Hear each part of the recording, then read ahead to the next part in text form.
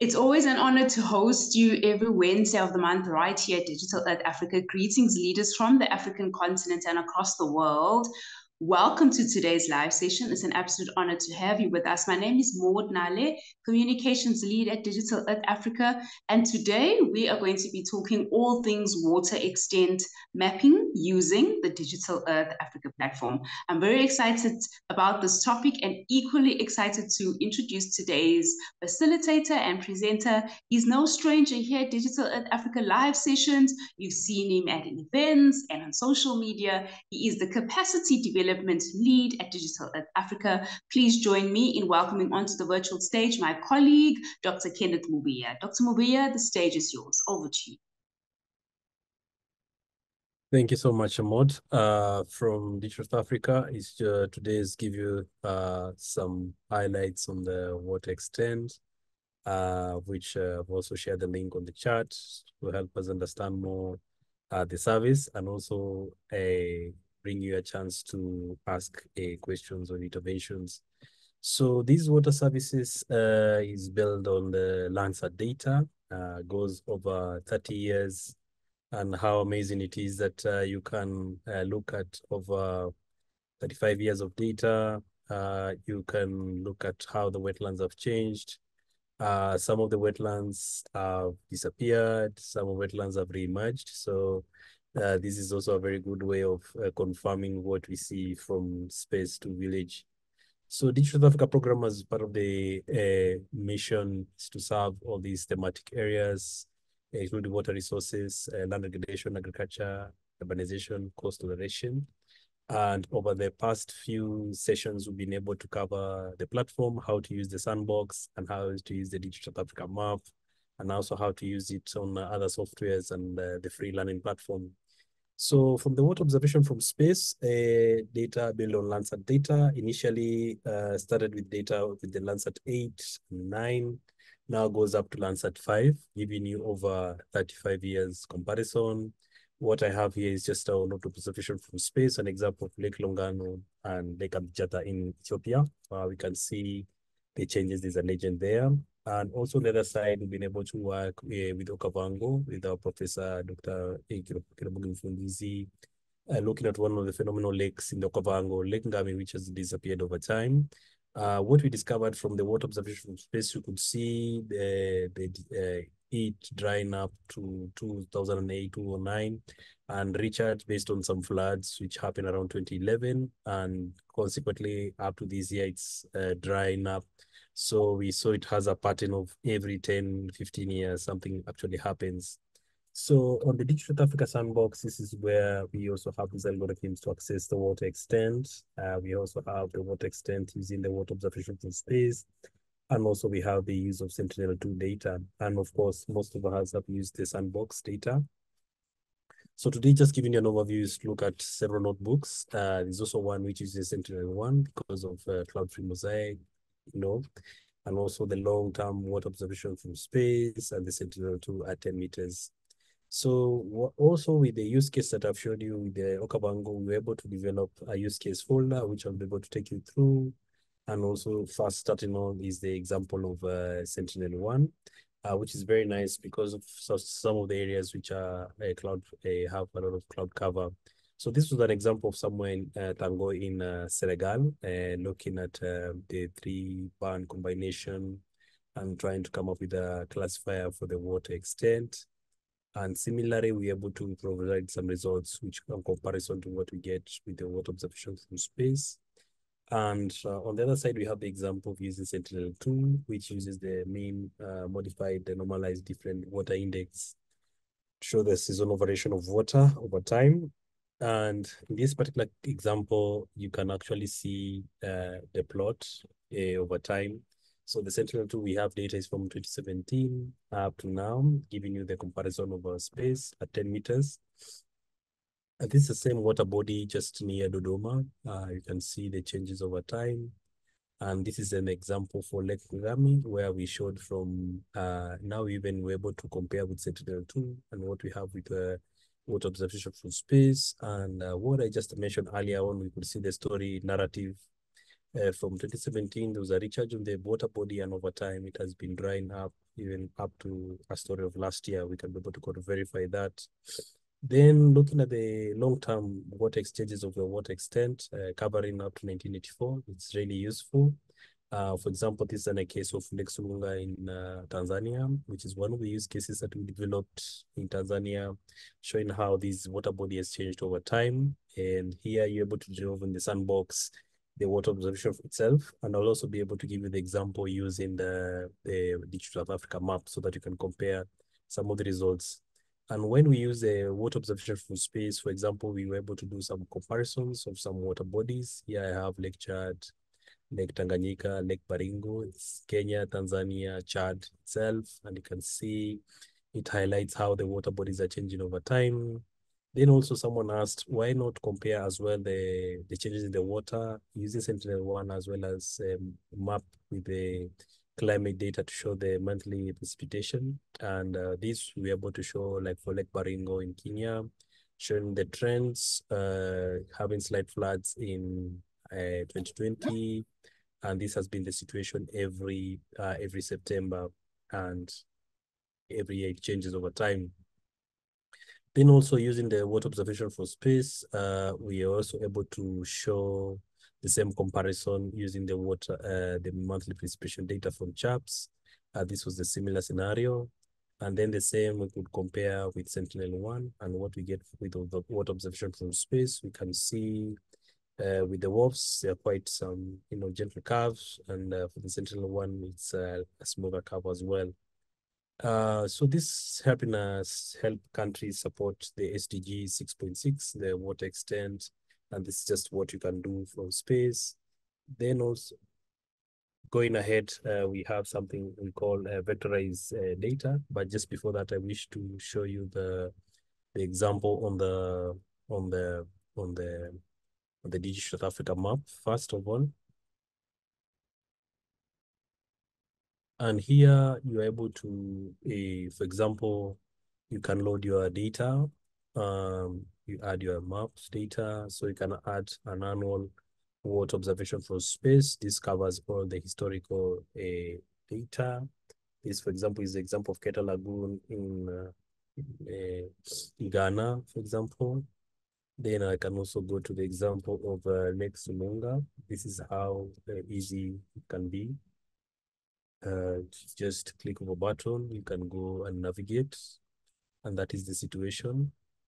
Then also you can be asked why not compare for each year. Then you can add now this annual water observation from space, and there we go. And here now you can compare what you get every year.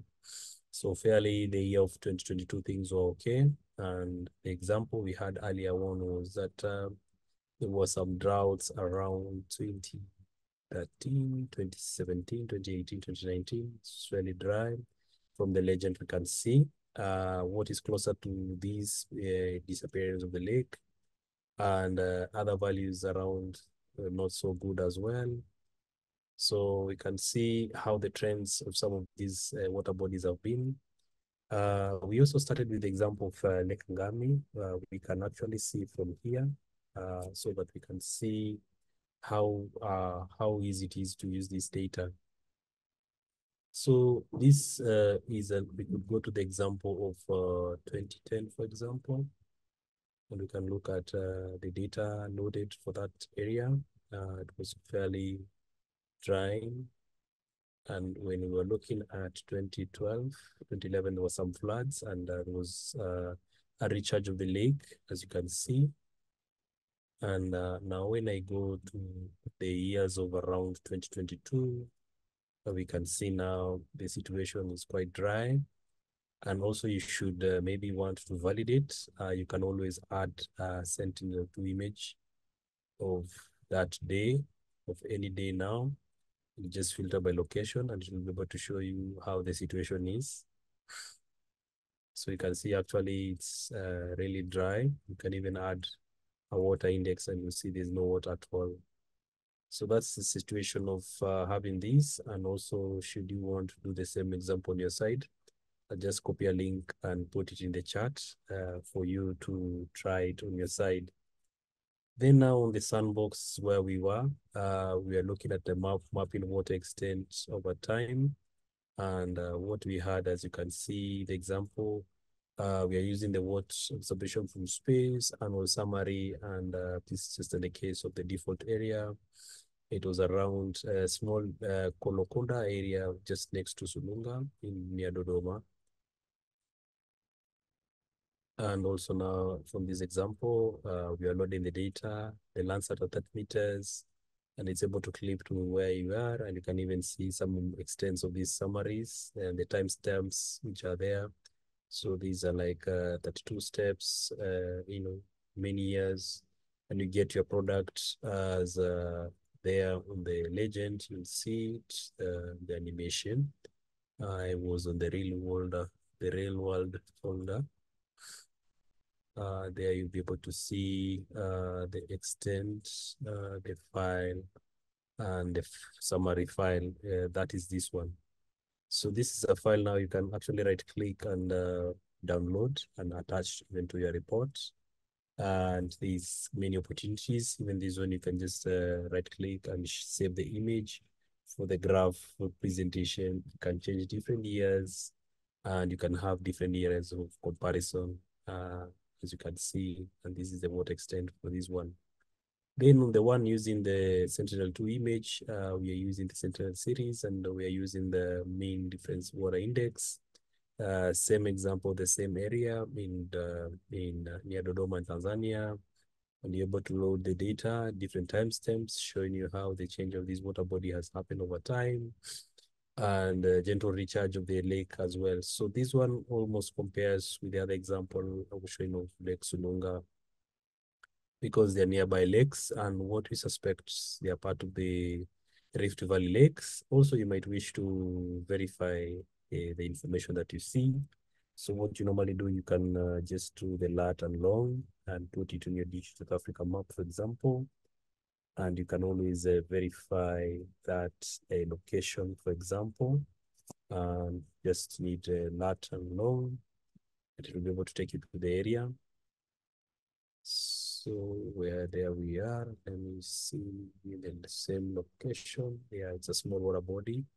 And when I load it, I'll be able to see how it appears for that particular year, a good recharge. And just looking at the years of 2017, where it looked a little bit dry, you can just confirm it was a little bit dry 2018, and that confirms to the one of the graphs that you are seeing here around 2017, 2019. So this gives you a very good tool for validating your data, just giving you an example of the various tools that we have. Then the other one was the radar water detection as well. And finally, I'll be able to show you the vectorized water body as one of the latest tools. So this one for the water detection was a pre-run example of somewhere in Senegal, and using the various spectral filters, everything is pre-arranged for you. You can always just load and change and you get some of the results. For example, you wanted somewhere like, like Lake Gus, Senegal, and also congratulating Senegal for the peaceful elections. You'll be able to see the situation like gas from space, and you can just pinpoint some areas, and you can be able to, copy some of these coordinates and use them in your map. But for this one now, let's load the data for this particular area. We can see the data sets of 2017, 2018, and 2019, and 2020. And here the background where you're seeing some brown areas or areas which received some rainfall, but are part of an agricultural ecosystem just around Geos area. So trying to change the base map, you'll be able to see the background. You see some agricultural areas which also received some rain, and some of these was captured in the water observation from space tool. Nevertheless, you can see the summary of the same tool over many years. And also you can just explore if this was available as early as 1980 something. It's a good verification tool as well. They are showing the situation of how it was many years ago. So also now you remember that you already have the Sentinel-2 in the background just to validate how the situation is. And also remembering that this one is already, you can see the situation from space, and you can see even the water index just on the fly, which is put in color blue. So ultimately, the Digital Africa Sandbox, they are all complementary tools.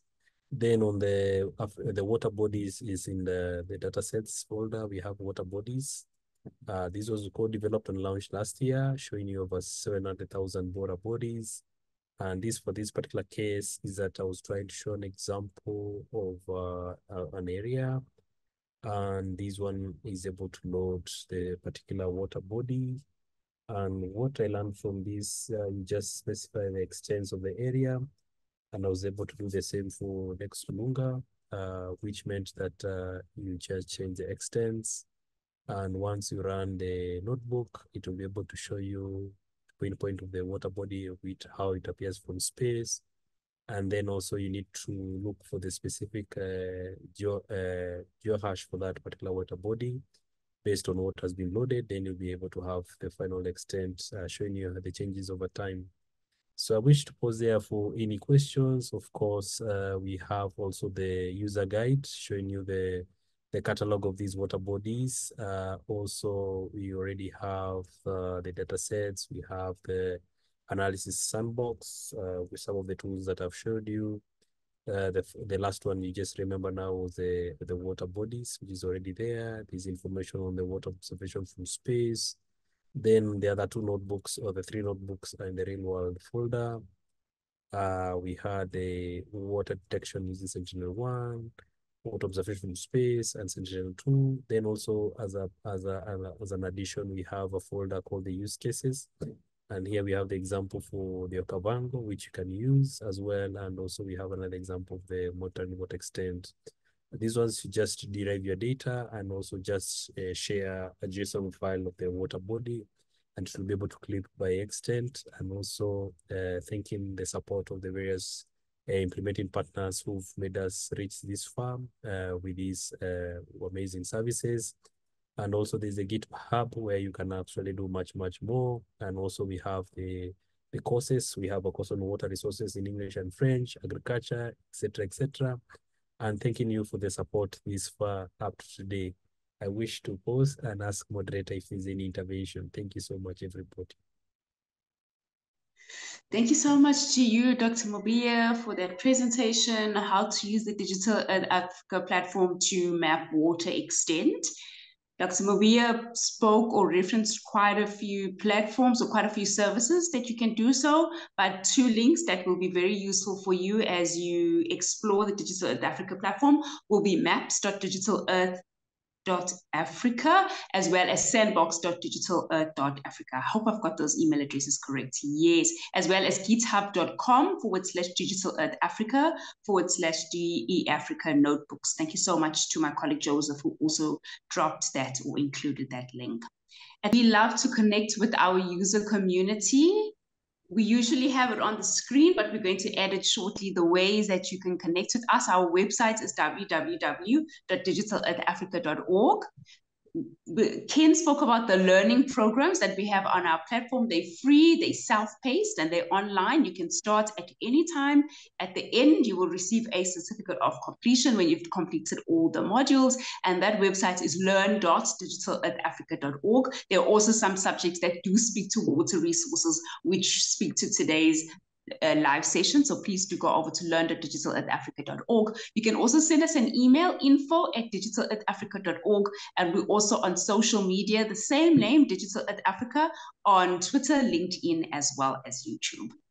Thank you so much for your time and your attention today. We host these live sessions every Wednesday of the month. We alternate between English and French. It starts at 11 a.m. GMT. Today, we were talking about mapping water extent using the Digital Earth Africa platform. If you would have preferred this session in French, we did host it last week. In fact, we will drop a link to that so that you can be able to access the very same live session in French, if that's the language that you prefer. We love to capture moments for our social